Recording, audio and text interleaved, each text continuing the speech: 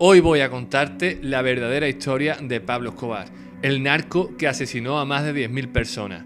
Este rey de la coca estaba obsesionado con niñas de 15 años y disfrutaba matando policías y políticos. Así que ponte cómodo, siéntate, prepárate, porque hoy vas a conocer al auténtico Pablo Escobar. Y recuerda, esto es Catarsis. ¡Vamos!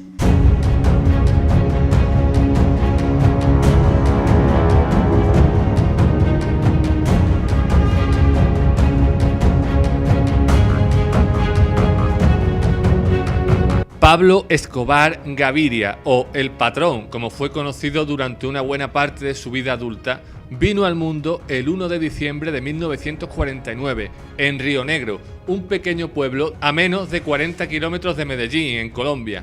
El tercero de 7 hermanos, 3 chicas y 4 chicos, nació un jueves a las 12 de la mañana y recibió su nombre de uno de los apóstoles de Jesús, lo que denotaba la religiosidad de su familia. Como señaló posteriormente su madre, Emilda, en una entrevista, el futuro narcotraficante siempre fue su predilecto, lo que hizo que le mirara hasta la extenuación. ¿Cómo se inició en el narcotráfico? En 1972, cuando apenas contaba con 22 años, Pablo ya se había dado a conocer en Medellín por sus pequeños coqueteos con el crimen. Ese año ya había creado una banda de maleantes, famosa por desvalijar coches y vender mercancía de contrabando. Niñerías para lo que le esperaba, ya que con el inicio de la exportación masiva de coca a Estados Unidos desde Colombia, este joven empezó a hacer las veces de intermediario entre los productores de la droga del país y aquellos que la transportaban hasta Norteamérica, donde causaba furor. El uso indiscriminado que hacía de la violencia, en palabras de sus propios seguidores, si las cosas no se hacían como él quería, asesinaba al culpable y seguía disfrutando de la cena. Esto pronto le hizo subir escalones en el mundo de la droga. Fue en ese momento cuando empezó a llevar dinero a su casa, algo que su madre no ha condenado. En palabras de la propia madre, él fue ambicioso como todos lo somos. Quería plata para tener bien a su familia, especialmente para tener bien a sus papás, a sus hermanos y pues también para mantener a la mujer muy bien tenida, pero nunca le quitó un centavo a nadie. Esto destacaba Emilda después de la muerte de su hijo. En los años posteriores, Pablo y su primo hermano empezaron a aprender el oficio a la sombra del contrabandista Alfredo Gómez López, apodado El Padrino, quien les permitió conseguir dinero rápido a cambio de entregar su vida a la droga. Algo casi literal, pues se convirtieron en guardaespaldas de los grandes convoys de estupefacientes que llegaban a la ciudad. En esta época fue cuando Escobar empezó a destacar entre el resto de pequeños traficantes gracias a que lograba mantenerse sereno en las situaciones de mayor tensión y, al contrario que muchos otros, se negaba a probar el llamado polvo blanco. De hecho, los que le conocieron han afirmado en varias ocasiones que despreciaba a aquellos que eran adictos, pues los consideraba débiles de corazón. Ojo, Por ello, Pablo se convirtió rápidamente en un estupendo mosca. Mosca es aquella persona que iba al frente de la caravana de vehículos cargados con droga, sobornando a las autoridades para que sus compañeros no corrieran peligro. Esto quiere decir que los patrones veían a Pablo como un hombre serio, que no bebía, ni siquiera fumaba, y le encomendaron el trabajo de mosca, en el que llegó a guiar caravanas de hasta 40 camiones de contrabando y en el que ganó muchos pesos. En esta época, Pablo adquirió una costumbre que siguió durante toda su vida: acostarse muy tarde y levantarse también tarde. El cerebro funciona mejor por la noche, algo que solía decir, y yo la verdad es que, Pablo, ahí estoy contigo.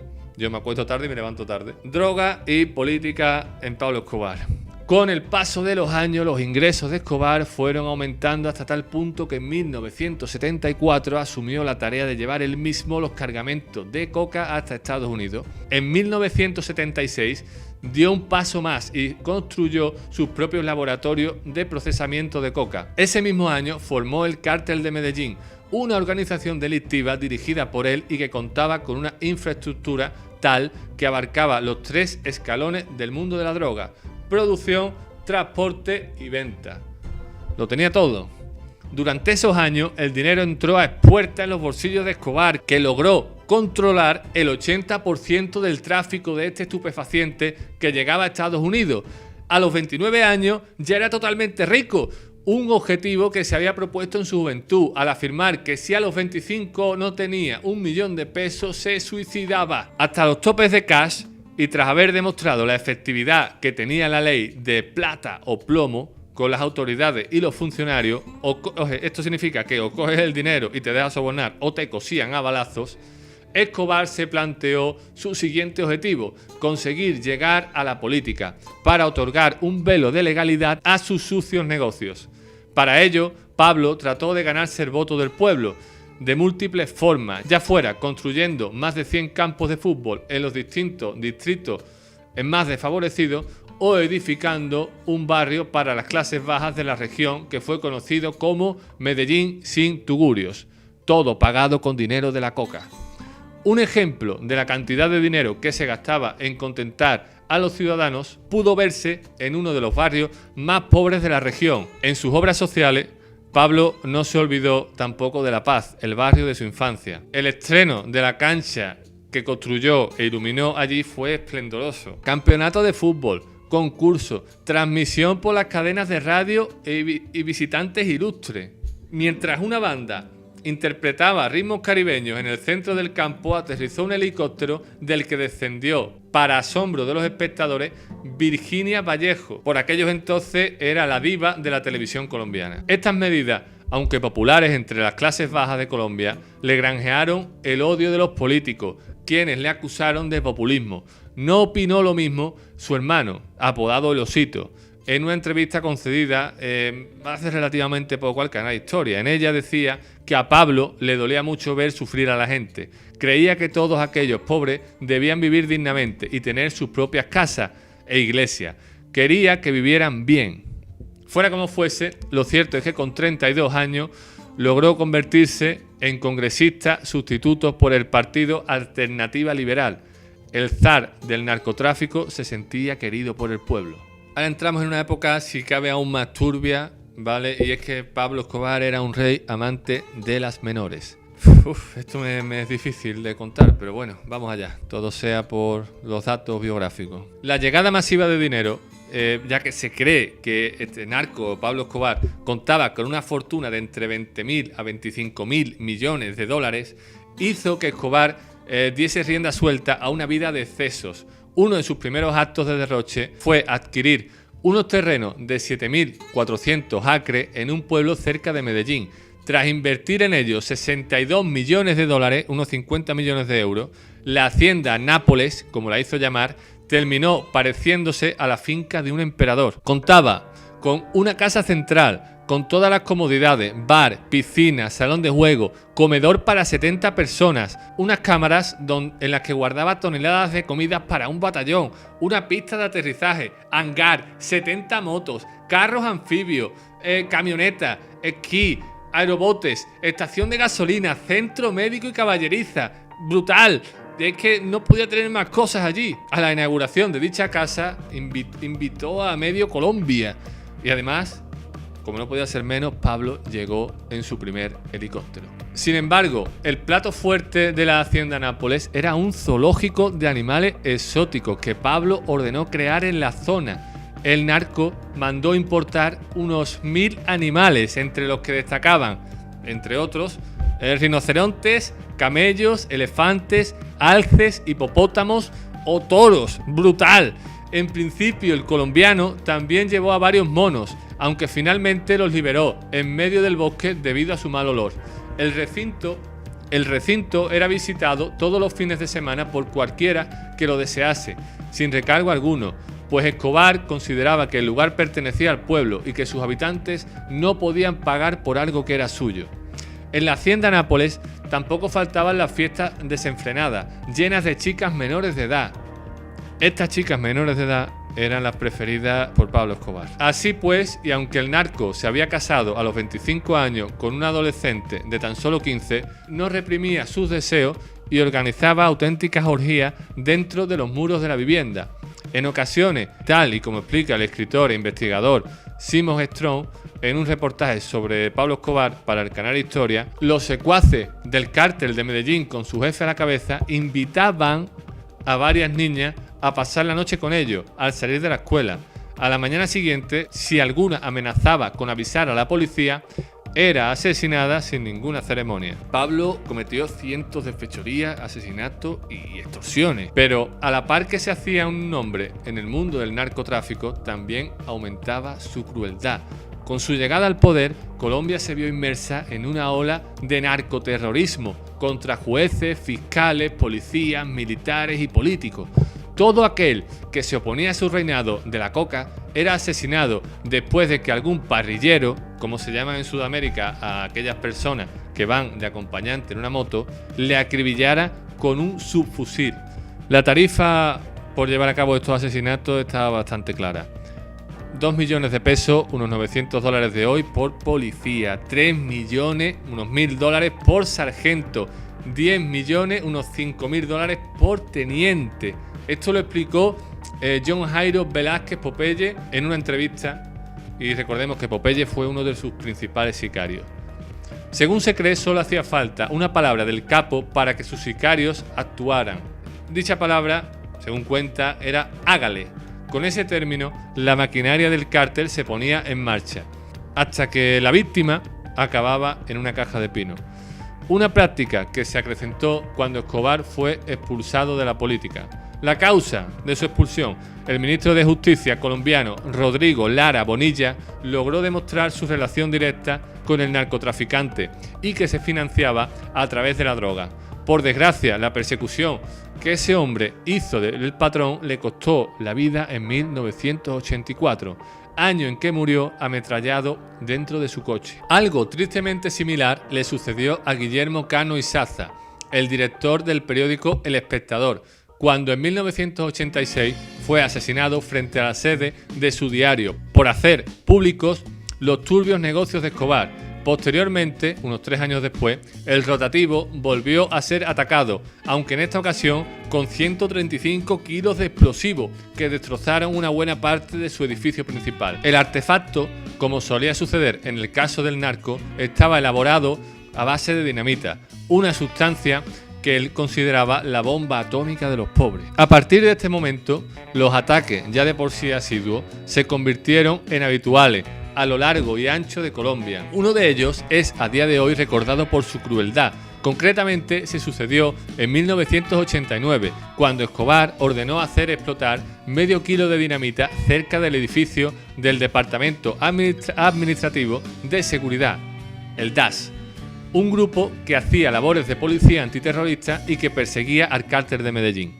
Un total de 70 personas perdieron la vida y los heridos se contaron en más de 500. Ese mismo año, el patrón hizo saltar por los aires en pleno vuelo un avión de Avianca, al creer que en él viajaba el candidato a la presidencia César Gaviria, quien se había quedado finalmente en tierra.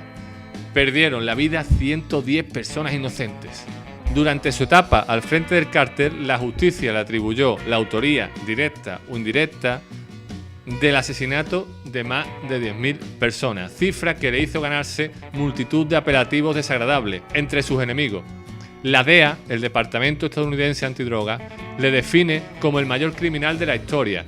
En Colombia, el general Miguel Zarza, su archienemigo, que le persiguió de manera sistemática e implacable y contra quien Pablo hizo estallar 2 cargas totalmente apocalípticas de dinamita, le describe como un hombre excepcional, una de esas personas que la naturaleza produce cada siglo entre millones, que desperdició su vida haciendo el mal. Sin embargo, Pablo acabó encerrado en su propia cárcel.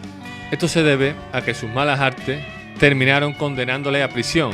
Concretamente, todo comenzó en 1979, cuando Estados Unidos solicitó que los criminales colombianos que habían actuado en sus fronteras fueran extraditados y juzgados en su país. A pesar de que la norma se aceptó en principio, la gran ola de atentados perpetrados posteriormente por el patrón hizo recular al gobierno sudamericano. Sin más remedio para cortar las decenas de muertes que se estaban sucediendo, el presidente llegó a un acuerdo con Pablo. Solo revocarían la ley si él se entregaba a las autoridades locales y acababa entre rejas. El capo aceptó, aunque puso una condición: la prisión sería construida por él. Increíble. El acuerdo se materializó el 19 de junio de 1991, día en que Pablo entró a la catedral. No obstante, aquel edificio era todo menos una prisión, pues contaba con habitaciones de lujo, gimnasio, una cancha de fútbol, varios salones de juego y hasta una catarata natural. Tampoco se podía decir que el narco estuviese confinado allí, pues salía y entraba a placer, además de celebrar todas las noches fiestas y orgías en su interior.